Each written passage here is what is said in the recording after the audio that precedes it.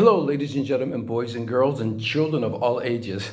Once again, this is Jeffrey Daniel coming to you from Abuja, Nigeria. Today is October 12th, 2022, according to that Gregorian calendar, okay? And I'm gonna keep banging on that Gregorian calendar until we get it right, okay, you guys? All right, here we go. So, I just want to say hello to all the beautiful people. Remember, from now on, I am only speaking to the beautiful people. So if you're in search of the truth, you are one of the beautiful people, and I welcome you, okay? Because every viewer is a blessing and every subscriber is a gift. Anything I say is not meant to be discriminative against any race of people, any individual, or any group of people. I am not a racist, and I only bang on topics and issues, not individual people, unless you deserve it. But I don't do that, you guys, Now, however, I will be disseminating various truths. So if any truths hurt your feelings, remember, the truth has no obligation to be comfortable. It only has to be honest, okay? So if you guys run into some uncomfortable truths, we're just gonna have to bite the bullet and roll with it, I endeavor to be the voice of reason in this climate of fake news and cancel culture. As I stated before, you can never be canceled from your culture. You are intrinsically and inextricably part of your culture, but you can be canceled from their culture. Okay, you could be canceled from their culture, but you can never be canceled from your culture. It's just too inextricable. It's impossible. Now, this brings us back to an ancient Egyptian proverb: know thyself. For those of you who still don't get the full interpretation of that proverb, it doesn't just mean to know your name or who your family is or just your historical ethnic group. It means to know the true essence of yourself, your soul. What role do you play in this existence? What is your purpose in this universe? What were you really created for? Now, I don't mean to go off on a tangent, but we all have a genetic code in our DNA, which means we were designed for a purpose. Each and every one of us has a purpose. So, are you fulfilling your purpose in this life? Know thyself, okay? Now, I came across something very profound lately, and I just have to share it with you guys. I mean, this is so profound. Listen to this. Intelligent people are now being silenced in order not to offend stupid people. That's deep. Let me say that again. Intelligent people are now being silenced in order not to offend stupid people. That is very deep and so true in today's society. This is the information age. Ignorance is a choice. And they don't want you to have access to the information that will free your mind and liberate or educate you. They want you to remain dumbed down so you don't focus on what really matters and what they're really doing to us. This is where we're at, you guys. So check it out, you guys. Today's post I entitled Putin's Armageddon. Putin's Armageddon. I think it's just sad that we even have to address something like this. That something like this has to even be in our psychic, but here we are. Now, actually, my impetus for doing this commentary was inspired by one of my most loyal Facebook and YouTube family members. Her name is Miss Gwendolyn Dykes, plus all of the threatening language that has become so inexplicably common among our world leaders lately. So, it really shot a bolt of lightning up my spine when Gwendolyn asked me. She actually had to ask me. She said, was Putin serious about pursuing a nuclear weapon response? And could I please give my thoughts on this potentially imminent threat? Now, people, this is no longer business as usual. Level done change. And we have to take serious notes and address these existential dangers as if they are inevitable and a reality, because with each passing year, we are faced with more and more extreme life-altering consequences that's changing the world that we are so accustomed to be living in. So, of course, we understand that the only thing that's constant in the universe is change. But at this precipitous pace, and for these pernicious reasons, we're going to get to all that, you guys. So, we're now having to adjust our daily life routine to adapt to the effects of climate change, as we're watching record-breaking heat waves and massive fires breaking out across the globe. We got mega hurricanes and floods decimating coastal areas worldwide. The pandemic restrictions still locking down entire countries and cities, causing airlines, food chains, many businesses, and job employment to disappear with no economic respite in sight. And this is what we're dealing with. And in fact, it's actually traumatizing for humans to suddenly have to just readjust to something like this, overnight.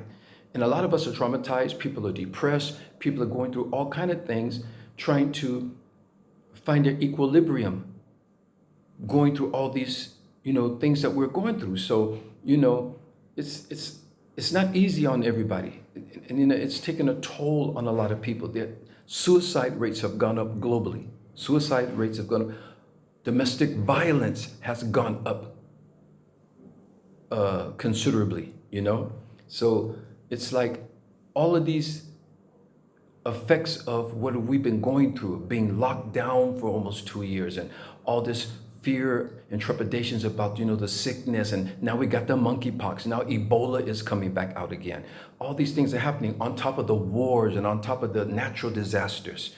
Everything is just happening so precipitously, just like it's in the Bible used to say, when the events come like birth pains to a woman, then we know that's the end time is near. That's how the Bible described it. But let me get on with this, you guys. And to exacerbate these tribulations, now the Russian president, Vladimir Putin, he has taken us all down a very ominous and inauspicious path. But before we throw the towel in and dart for the nearest bomb shelters, I think we need to examine, cross-examine, then re-examine what is really transpiring on the underlayer of this looming threat of World War III. Now, everyone is so consumed with the damage Putin is unleashing upon the Ukraine people and their homeland infrastructure. And yes, it is a disproportionate and brutal response that should never be visited upon any people or country. But when you extract your emotions and personal opinions and look at the hardcore facts, you will see that Putin is not the only maleficent party that this current wave of destruction is happening with. Both countries are equally at fault. Both countries are equally at fault. You all know me now, and you know how I like to get to the root of the issues and dig out the unadulterated truths. There's always two sides to every coin, and this coin is no different than any other one. So check this out, you guys. We have to remove our sentiments away from how the media is telling us to respond to Putin's brutal attack on Ukraine. Now, I feel sorry for both the innocent people of Ukraine and the Russians who are losing their homes, jobs, careers, and loved ones. But these are some war-mongering people. Hang in with me with this, you guys. Hang in with me with this, okay?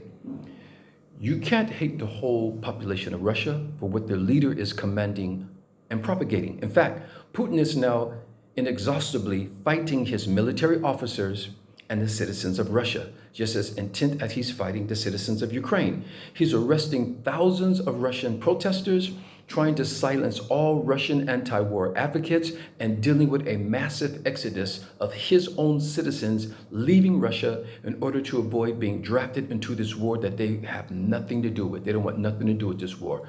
People are leaving in troves, you guys. So apart from painting the Russian economy into a corner of isolation, Putin seems to be growing more desperate by the day to prove his aggressive attack becomes a success. Now, when you look at the facts and not the sensationalized headlines, this is what we find. Lean in with me, you guys. Lean in with me with this. It goes back to the 1914 Minsk Agreement. Minsk is a place in Belarus, okay, in Minsk, Belarus. That's where they had this, meeting and gathering. And this was the Minsk Agreement, where the pro-Russian separatist citizens, help me pronounce the name of these places now, of Luhansk and Donetsk. Come on, you guys, I can't pronounce these names, but the cities that are in Ukraine, okay? Pro-Russian separatists have resided in these places in the Ukraine, and they were always siding with Russia for their breakaway from the Ukraine.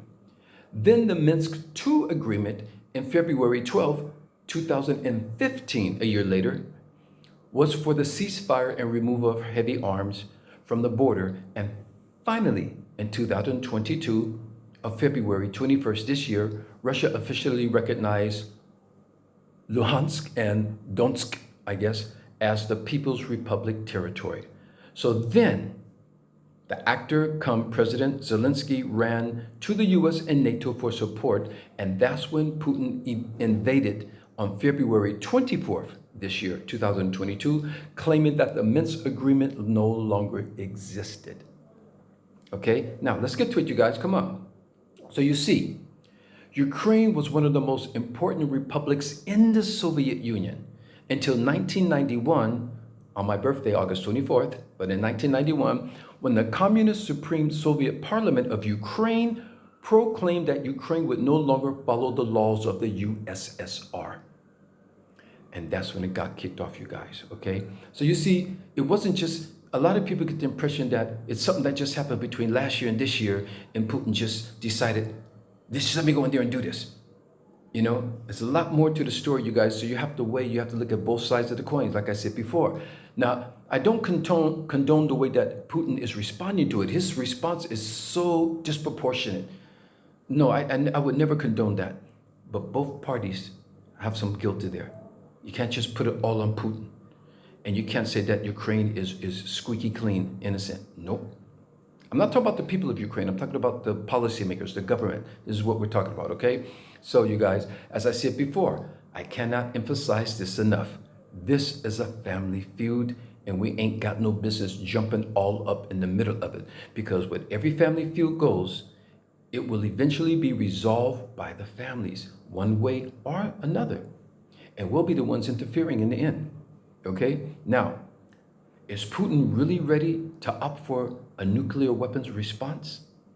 That's the question at hand. First of all, you have to understand, Ukraine is geographically too close to Russia for a nuclear strike. So Russians will also suffer the repercussive fallouts if a nuclear weapon were to be dropped in that region. The main people who are crying out nuclear response is actually Biden and the Western media. I don't know if Putin made a hint to it, or he just said that he'll have to do something else, but these people are now running with, oh, he's going to use a nuclear response. Is Putin going to unleash his nuclear arsenal? Is Putin, you know, they're running with this more than Putin is. Watch the media and see, you guys, okay? So I don't think we have the luxury of entertaining such an extreme response at this conjuncture. But we do need to focus on the ominous looming global financial crisis. Isn't it funny how all these Western media outlets are just reporting about it? You know, oh, we're on the verge of a global recession. Well, this economy is doing this economy is doing that. But you know what? They're just reporting it. They're just reporting about it. We need to prepare for a global financial recession instead of working hard on preventing it. All they're doing is reporting it as if it's just like the most natural thing to happen or occur, unless they know something that we don't know, you know? It's as if they're trying to condition us for it. On one hand now, they're celebrating NASA deflecting the path of an asteroid's course out in space just to see if they can accomplish it. Now, if they can fire a rocket into space to deflect the trajectory of an asteroid to make it go in another direction, but yet they're just watching this global and financial crisis approaching as if their hands are tied behind their back, something must be wrong. You guys need to think about this. Think about this, okay? Now, I want to impress something upon you all. And this is serious. I want you guys to always remember this. There is no such thing as a fuel shortage. Know this. Know this. There is no such thing as a fuel shortage. There's only a shortage of political cooperation. And because of their inability to resolve matters, we suffer the consequences. You see, there are only withholdings and disruption of fuel distributions. And that's what we suffer at the pumps, at the price, you know, the bills that we're getting for heating up our homes, our, you know, the natural gas that we're cooking with and what we're putting into our cars and all that. It's these leaders, they have a shortage of political cooperation because there's no shortage of fuel at all. Okay, so people, we have to think. Okay, we have to start thinking. As I always say, look at the whys. Why are they allowing us to go into such a financial hardships after forcing us all to suffer a pandemic global lockdown that they mandated and they enforce? This is a concerted global suffering on top of global suffering. And why are they not working as hard to prevent these sufferings as much as they are just reporting the effects and the causes of it, if not causing it themselves? And this is what we need to think about. What is really going on behind the scene? You know, they have professional financial economic analysis who work around the clock to forecast how the outcome of such conflicts would affect our global economies and societies. So why are they allowing these catastrophic events to culminate? You know, these catastrophic events to culminate. It's the why, people. It's the why. That's what we need to be focusing on. Not rumors, not hearsay, but let's get to the why. Follow the money trails. Follow the benefits. Who benefits the most out of this? And that's what we need to get to. Now, some government fool got on the TV the other night, on whatever news it was, saying Putin's use of nuclear weapons is unacceptable. Putin's use of nuclear weapons is unacceptable. Fool. How, Dick Gregory, what kind of fool is you? The use of any weapons is unacceptable, you guys. Wars should be unacceptable. You see how they are conditioned to accept war as a casual response to political and economic disagreements? But they feel, well, a nuclear response, that's unacceptable. No. The commencing of any killing of citizens and people should be unacceptable. We're humans. We all deserve the right to live out our own natural lives. It shouldn't be, sped up with wars and things like that. How many people die in wars, because this government, and you know what's funny about it? The war will eventually be over with and some agreement will be made, whether it's, in unilateral, or rather it's this one wins or that one wins. But look at all the deaths and destruction of property and lives just to reach an agreement eventually. We're not evolving as a species. We're not evolving as a species. So anyway, when the basis of your culture evolves from a barbaric, warmongering, and murderous history, then sending your citizens off to either kill others or be killed just because you cannot reach a compromise with another government, that encapsulates who you really are. And the merciless bombings of civilians, targets, and vital infrastructures shows the level of barbarism that exists in Putin's psyche.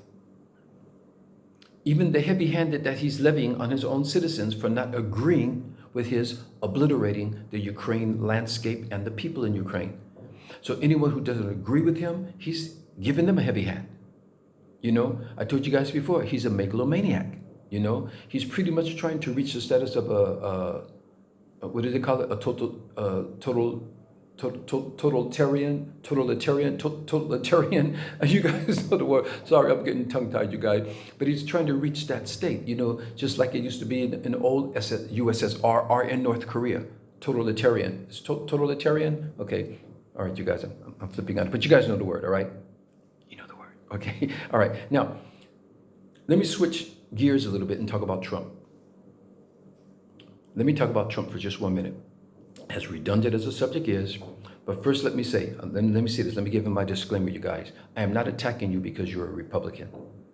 I am vibrating on a frequency higher than a political affiliation. So I am not attempting to exalt Democrats over Republicans and this and that. That's not my thing, okay? But the truth of the matter is, as I said, there's going to be some uncomfortable truths along the way. So if it steps on your toes, you might want to pull your feet back. Trump is the biggest political loser in history. And if any of you Trumpsters get your feelings hurt, blame it on the truth, not me. Let me explain why I said that. Trump is the biggest political loser in history. Let me tell you why I said it. The truth is, The incontrovertible truth is, the empirical truth is that Trump lost the popular vote against Hillary Clinton in 2016, but the electoral vote got him into the White House. Then once again, Trump lost the popular vote against Biden in 2020, but this time the electoral vote didn't save his ass. So all you Trump followers have to deal with the fact that Trump is a two-time political loser. Now, you can't just keep repeating a lie until you convince yourself that it's the truth. The truth just doesn't work that way. It doesn't work that way, you guys. So now, on this note, once again, I am not attacking Republicans. I'm now banging on the U.S. government for their handling of the insurrection and the illegal removal of highly classified government documents from the White House. How do you have concrete evidence of federal crimes having been committed, then allow the accused to dictate how it should be handled?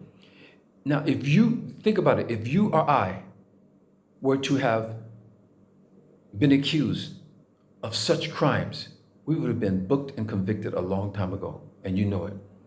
We all watched a violent and deadly insurrection take place on the nation's capital in real time on January 6th. How do you then allow the Republican lawmakers to try and change the narrative and convince us, or the courts otherwise? Do our own eyes deceive us? Does the death that took place that day pretend to have happened? The battle with the Capitol Police, the destruction of federal properties, the illegal forced entry into the Capitol Senate building, vandalizing offices, and the threat of the lives of the members of the Senate and Vice President Pence. How do we now try and prove it did or didn't happen? Can justice really be that perverted? There's nothing more concrete than eyewitness. And we witnessed it with our eyes. It's filmed, it's on film, it's captured. But they're trying to change the narrative of what happened. But we know what happened. But why is the government entertaining their twisted, convoluted version of what happened? I don't understand it. That doesn't make sense to me, okay? And to make matters worse, the blatant threats being made to America's society that if Trump runs again and loses, as he's already lost twice, you guys, all right? Mind you, he's already lost twice. But if Trump runs again and loses, there will be a second civil war. And this is what they're threatening us. How can they allow Trump to incite such language over mass media platforms and not arrest him? If you or I threaten the American government with violence, they will quickly deal with us accordingly. And this is what I don't understand. Even other Republican lawmakers come out and said, well, no, we know the votes were stolen. We know that Trump really won. So next time, there's no way in the world that Trump can lose because most of America is behind Trump. If most of America was behind Trump, how did Trump lose the popular vote twice? But they can't answer that. Oh, well, you're not looking at the facts. They skate and dance around the facts to keep pushing their lie. Trump lost twice. If he's allowed to run a third time, I don't know. But in their mind, there's no way in the world he can win, he could lose the third time. And if by any chance he does lose the third time, they're going to keep on talking about it was rigged, it was stolen, and we need to take our country back. Americans, what are you guys preparing yourselves for? Read the writing on the wall, you guys. It's about to happen. These people are telling you what they're thinking and what they're getting ready to do. You saw what happened on January 6th. You saw what happened in other instances. These people are serious. They're serious. You guys got to get ready for it. It's a whole new day, okay? Now, even with these highly classified government documents that were taken from the White House, all the way down to Trump's personal residence in Florida, and they're still mulling around to convict him for it. No matter what excuse he gives for having the documents in Mar-a-Lago, they were removed from the White House against government protocol. They should not have been taken there, period. You guys know good and well, if Obama had done the same, oh my God, Oh my God. If Obama had done that same thing, he would have been put away faster than Bill Cosby and R. Kelly combined. And you guys know it. No disrespect to these brothers, but it's the truth. Now, Trump's team is trying to dictate how the prosecutors should be assembled. How, how, how can you be accused of something and be guilty and now trying to dictate how it should be handled in the court? How do you, I don't know, you guys. I don't know about America. I'm losing faith. How do suspected criminals get that much consideration? It just baffles the hell out of me. That's America. This is America. What has happened to the United States of America's government integrity or proximity of? Did they ever really have integrity? But at least they put on a good faces if they did.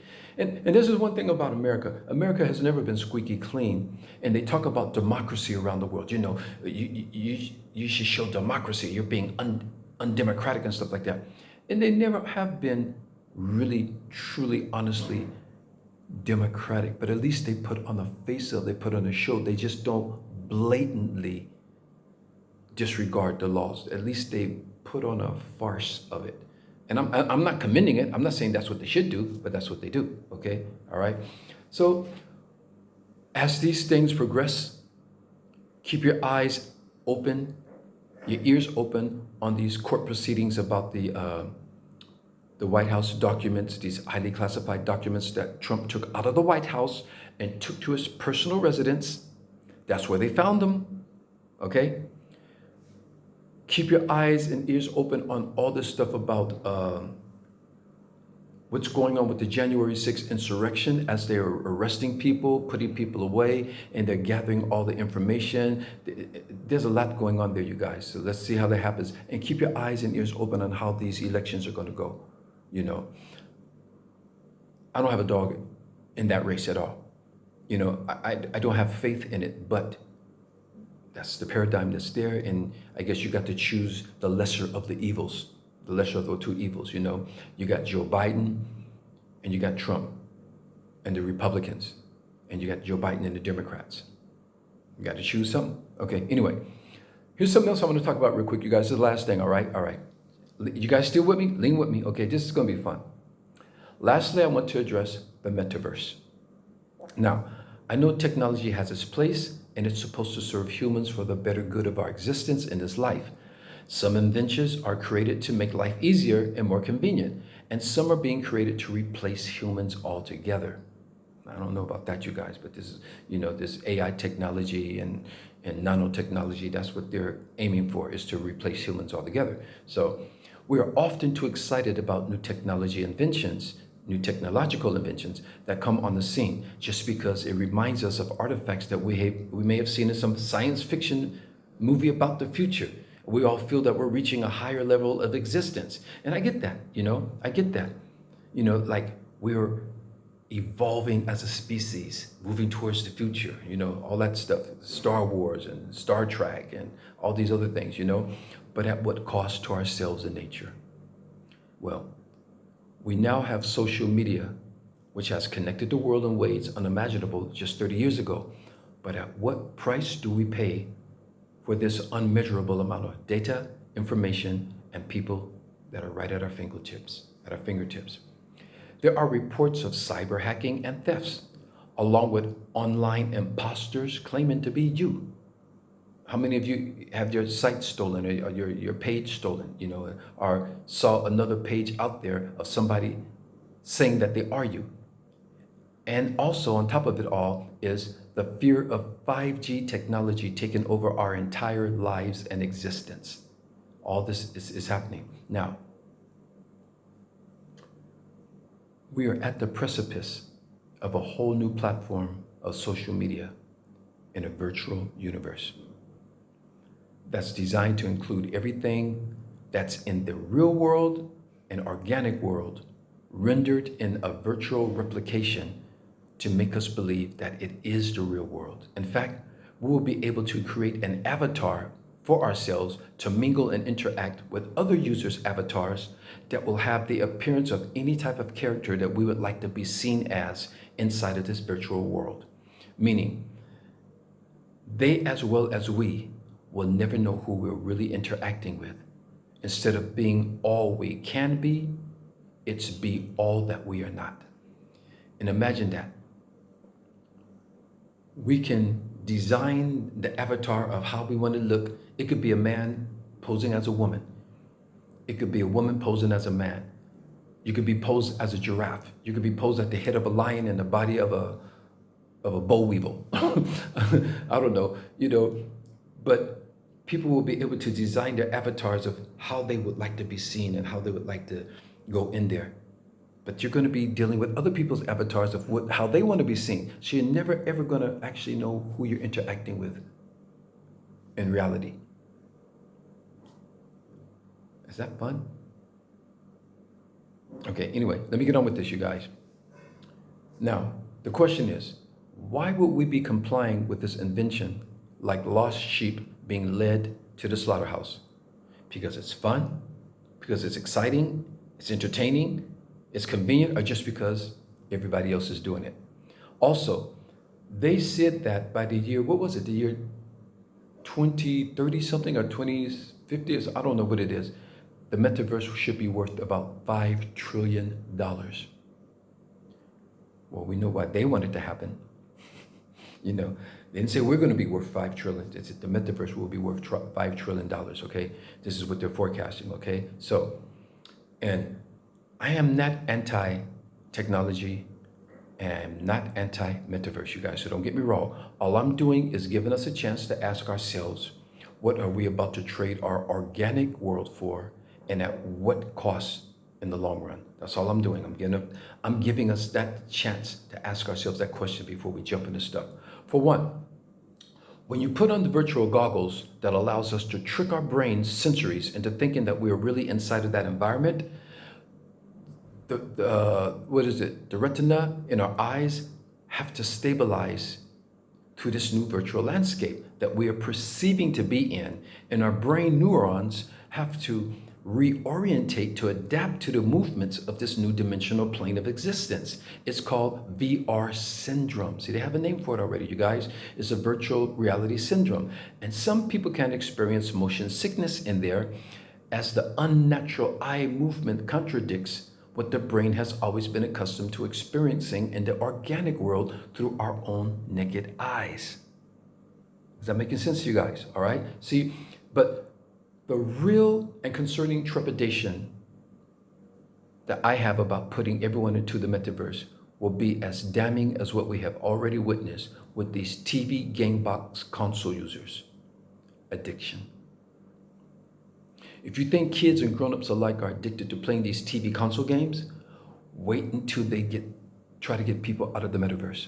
Wait until your kids are in the metaverse with the goggles and they think they're really in this world. Wait till you want to go meet a friend or something like that and they got the goggles on and they're in the metaverse. There's people ain't gonna want to come out of it, just like they don't want to come off of these games. If it's a football game, if it's a Grand Theft Auto, if it's a game where they're stabbing and killing people, people get hooked on these things. They are addicted to these things. You guys have seen these things on YouTube where kids have a tantrum and will tear up the whole house because their parents have taken their game from them. You guys have seen these things happen. There are stories of people who have been attacked and killed because their games have been taken from them. What do you think is going to happen when they get inside of a virtual reality that seems real and they get to be anything they want to be? And they can go in there and just live out their fantasies.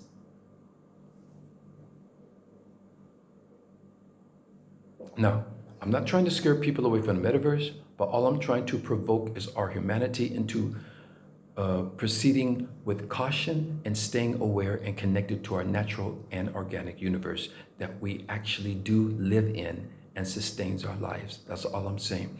The metaverse is coming. I know a lot of you can't wait to get in there. We're supposed to be able to do our banking in there. We're supposed to be able to order food in there. I think our medicals thing will be in there. I think what else is there? Buying cars, buying houses, shopping for clothes, everything that we're doing in the natural world, they want to put in a virtual world. What is this obsession that they have with artificial existence? when we have the most beautiful natural organic existence in our solar system, possibly in our galaxy, maybe in the universe? We don't know. But we do know this existence, this organic existence, the nature, the rain, the wind, the weather patterns, even though they're getting extreme lately because we're moving into the age of Aquarius. You guys know I talked about that. That's what global warming is. That's what the whole climate change is about. We're moving into a new age. But anyway, the point is, look at all what we have that we pretty much are on the verge of decimating since 200 years ago. This planet existed millions of years in pristine condition until the Industrial Revolution in Europe started in the 1800s. From that time on, we've been destroying our waterways, the air, our bodies, the soils. Why? Why? What for? And what is the answer? Two. Number one, let's see if we can go to Mars. Number two, hell, shit, let's just get into a virtual universe. That is the answer. Whoa. That's mankind. That's mankind. That's not the thinking of humans. That's the thinking of mankind. There's a difference between mankind and human. You guys will get with that, You guys know me. I will bang on the topics and I will bang on the issues. I bang on the people who are responsible for what is going on, but I'm not trying to bang on individual people. If you're a member of that group, if you are a European, I'm not talking about each and every individual European. I'm talking about the policymakers. I'm talking about those who propagated all this and have turned this upside down. Those who went to Africa for trophy hunting, to go down there and kill these magnificent beasts just to put their head up on the wall and say, look what I did. Now, how many, the white rhino and all these other things are going extinct just so you can have a trophy on your wall? Okay? I'm talking about the polluting of our airs because you want a factory so that you can mass produce things so that you can make so much money because you're selling it in bulk. But at the same time, the rivers and the air and our bodies are being polluted so that you can be rich. It's just what's going on, you guys. And now it's become, we go to school and we learn trades and we learn careers to help these things go. So we can get into this industry, so we can get into this, a career trade, helping these things go. Pharmaceutical companies putting synthetic medicines into our bodies and they shut down. I'm gonna do a video on this, you guys. I'm gonna try and do this as cursory and succinct as possible. It was the Rockefellers who discovered oil in America. And he was one of the richest, he was the first billionaire in America, okay? When he found out that medicines could be made with petroleum products, he shut down holistic medicines and holistic healers, donated millions of dollars to the schools and colleges to make sure that their doctors are trained in synthetic medicines. And that's why we're all suffering with these side effects from synthetic medicines. Because synthetic medicines leave residues in our body, where organic medicine is like you eat an apple, that apple will dissolve, it comes out of your system and you're good. That's what holistic medicines do. Synthetic medicines made from petroleum products, and they have these synthetic chemicals in it that's imitating the organic one, the holistic one. They're imitating the holistic thing because medicines really come from plants, roots, and herbs. So these synthetic medicines are imitating what these real ones do, and they can make them in more bulk, but they leave residues. That's why every time you get a medicine, side effects could include blindness, going by, diarrhea, coughing, burping, farting at the same time, blindness. And the side effects sometimes outweigh the actual sickness itself. It started with Rockefeller. I'm gonna do a video on that, you guys, because I think a lot of you don't even know that. You don't even know that. He shut down, single-handedly shut down the whole holistic medicine thing, paradigm or movement, so that he can get more rich by selling petroleum-based medicines. What? Did I sign up to be born on this planet? Why am I here? Is there somewhere else in the universe where people just don't screw over people just so that they can be rich? Just so that they can have a better life? Now, I think sometimes when people talk too personal, sometimes I don't know if it's the right thing to do or a comfortable thing to do, but I'm going to share something with you guys. So I hope you guys don't mind me sharing this with you, okay? Okay. I may have said this before if you guys follow me. I've only met my own father 3 times in my life. I've only met my father 3 times in my life. The first time I met my father, I was 11 years old. That's the first time I saw my father. The second time I saw him, I was 33 years old. The third and final time I saw my father, I was almost 50. And I spent a week with him at his home in Phoenix, Arizona. He had built his own house. Nothing fabulous or nothing like that, but he built his own home there in Phoenix, Arizona, right? Okay, so there you have it. So my father passed away this past February. See, I didn't go online. I didn't talk about it. I know some people you do, and I tried to send you words of encouragement. I send you condolences and stuff like that, but I just didn't get, I found a way to deal with that on my own, So my father passed away in February. He had just turned 96 in January 7th. He turned 96, and in February, I think it was February 12th or so like that, he passed away. So, my sister Janice, who's with my mother, we have an older brother named Gerald, who was born before my father met my mother. So we have an older half brother named Gerald. Then there's my sisters Janice, Joyce, and myself. I found out a few years ago that I have a younger brother named Kenneth Daniel from my father's other relationship. So when my father passed away, my sister Janice and my 2 half brothers Gerald and Kenneth got together, and they did a funeral in Missouri, and that's where my father is buried, in Missouri, St. Joseph, Missouri, okay.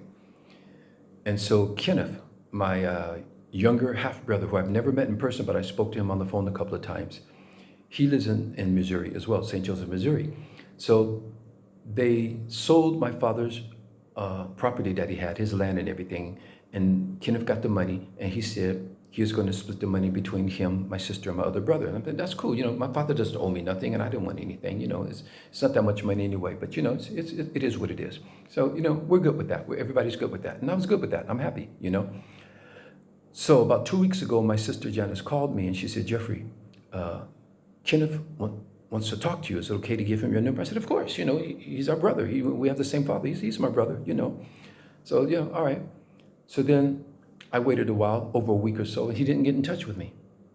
So then, this past weekend, I called him, but I got his answering service, and I left a message, hey, Kenneth, it's your big brother, Jeffrey Daniel, give me a call when you have a chance, and so on and so forth, So, okay. So I left him a message. So I'm waiting for him to call me back. So, yesterday, my sister Janice sent me an email, and she says, Jeffrey, Kenneth is dead. And I'm like, what? So I immediately called her. My sister Janice is in Los Angeles. I'm here in Nigeria. I'm 8 hours ahead of them. So whatever time it was at night, but I called my sister Janice. And she told me that Kenneth is dead. I'm like, what's going on?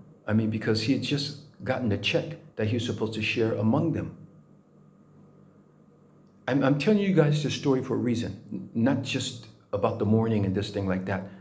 Not even the fact that I have a young brother that I never had a chance to meet in person because, our father and I were so separated from each other. But when I met my father, he told me about my younger brother that was in Missouri. And then I called him. And we were all planning to have a reunion eventually. I've never had a Daniel family reunion because it's only been my mother and my 2 sisters and myself. So there's no boom, boom, boom, boom, boom, So we're planning on having a reunion with ourselves. And now he's gone. Not only is he gone, why is he gone? Comes to find out that he has another brother. Now, the reason why I'm putting this on social media, I want to see if social media can work for me, okay? He has another brother with his mother, and his name is Edmund. Edmund called to the funeral home where Kenneth's body is supposed to be held, and he's calling himself Edmund Daniel. How did he get the last name Daniel? I don't know, because he's not my father's son. But he's using the name Edmund Daniel. So if you guys in St. Joseph, Missouri know of an Edmund Daniel, So what happened was, my sister gave me Edmund's phone number. So I called Edmund yesterday because I wanted to find out some information, like what happened to Kenneth. All of a sudden, just Kenneth up and died out of nowhere. So I called Edmund's number. He picked up the phone, and I said, "Hello, is this Edmund?" Bam, and he hung up in my face. Okay. So what I did was I called back immediately, and now I'm getting his answering service. Now, I can't say this for sure, not you guys, but something seems very suspicious because they found my younger brother Kenneth's body. It was already decomposed a bit when the police found it. And the morgue, someone said that his body was delivered in 2 bags, which meant that he was decapitated. So what it sounds like is that someone knew that he was getting this check from my father's estate. And it looks like somebody killed him to get the money from him. Edmund Daniel, if you don't have anything to do with it, then you need to call me. And you need to call my sister Janice and let us know, instead of hanging up in our faces and not getting back to us. And if anybody that's in St. Joseph, Missouri, if you know of Edmund, a guy calling himself Edmund Daniel, I don't know his mother's name or his other last name, but he's supposed to be the brother of Kenneth Daniel. These are things that you hear about on the news or you see in movies, and you never think that would happen to your family. And me putting this out there, I'm not putting it out there for the sympathy, you guys. I'm putting it out there so that if this internet can work for us and get this Edmund guy to bring himself out, if you have nothing to do with it, then you wouldn't be hanging up in people's faces, and you wouldn't be trying to avoid us and going around calling yourself a Daniel. Gerald is a Daniel. Janice is a Daniel. I'm a Daniel. I don't know this guy, Edmund, but he's my younger brother's brother. Through they have the same mother apparently, but me and Kenneth and Janice and Gerald have the same father. So I had to put that out there, you guys. So if anybody out there, if you're in St. Joseph, Missouri, and if you know of this Edmund, and you know that he's flossing money or something, or he's in hiding or something like that, or if we're making a mistake and you have nothing to do with it, you need to get at us. You really need to get at us and let us know what's going on, bro, because I called you. And I left a message I was hung up on. I left another message, and I left it on your answering machine. So what you really need to do is get back at us. Get back at us and let us know what's going on, because trust me, detectives and the police are working on it as we speak. So that's what's happening, you guys. I'm sorry I had to bring this, guys, such sad news to your attention. And I regret the fact that I never got a chance to meet my little brother, Kenneth Daniel. So I'm going to pray for his soul. I pray he rests in peace.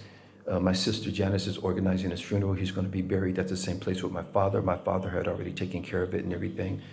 And that's why they left the estate behind with him. And he was going to share that proceeds from my father's estate between him, Janice, and Gerald. I'm good. I'm good with that. I didn't even want anything.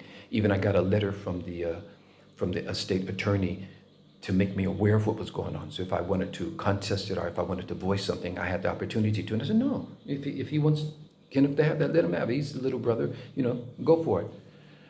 And it seems like him inheriting whatever my father's left behind cost him his life. So if any of you have experienced anything remotely close to this, my prayers are with you. If any of you are experiencing anything, any hardships or any loss of life or of a loved one, if it's from sickness, whatever it is, but it's so heartbreaking to know that somebody in your family had been murdered like that. It's heartbreaking. It's really heartbreaking, So anyway, and you guys know I'm a sentient human being. And so, it's affecting me very deeply. And the fact that I couldn't get a chance to meet my younger brother. I didn't know about him for years and years and years. But once I knew about him, I called him, we had conversations, and we're all planning to get together and have a Daniel family reunion for once, So anyway, you guys, as I always say, let's spread the love. Let's make love great again, because I'm taking you guys back to the world. And I had to answer Gwendolyn on this because she had these fears and trepidations about if Putin's going to use a nuclear bomb. Are we about to go into World War III? Putin doesn't want that. America doesn't want that, but for some reason, they're running their mouth and they're using that nuclear. They're scaremongers. They like to keep us in fear. They always like to keep us in fear and control us. Oh, the pandemic is here. It's going to kill everybody in the world. Billions of people are going to die. It didn't happen. They scared us all into locking down and allowing all those businesses to go down. And now people have not returned to a lot of those jobs in hospitality, in the airline business, and in a lot of different sectors. And we're suffering because of that lockdown. We're suffering because of it. Now, with the Ukraine-Russia war on top of it, exacerbating the whole thing, because now petroleum products and grains and stuff aren't being exported and stuff, and now it's causing the global markets to go up so high with the inflation and everything. So are these things being done on purpose? We got to question it because we don't know, you know? So anyway, you guys, please take care of yourselves, take care of your loved ones. Depression is real. Check in on each other, check in on yourselves. And if you don't believe in something, believe that there's a higher force in this universe. Because our DNA, our genetic code that created us and gave us an assignment of what we are supposed to be in this world, that is not by mistake. That is not by mistake. We all have a genetic code that's telling us what we're meant to be. As an apple tree has a genetic code that it's going to make apples. Okay? As a potato plant has a genetic code, it's going to produce potatoes. As a lion has a genetic code that it's going to be a lion. We have a genetic code of what we are and what we're supposed to be. Are we reaching our potential? Are we just letting this world system just dictate what they want us to be for it? And I think a lot of people are missing out on why they are actually in this universe and what they're really here for. Okay? So take care, you guys. Know thyself. Know thyself. I love you all. Take care. Bye-bye.